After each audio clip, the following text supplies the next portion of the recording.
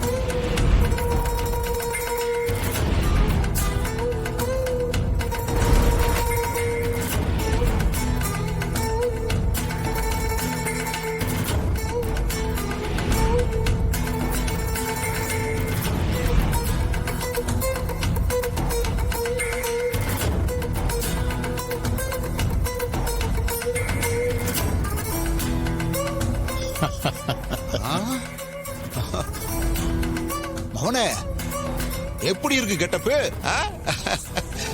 நமக்கே இவனுங்களை கையெடுத்து கும்பிடணும்னு தோணுது இல்ல? மங்களம் உண்டாகட்டும்.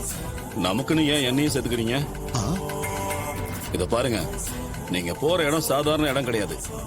நீங்க நடந்துக்கிறதுல மொத்த குடும்பமும் உங்களை சக்தி வாய்ந்த சாமியார்னு நம்பணும். புரிஞ்சுதா?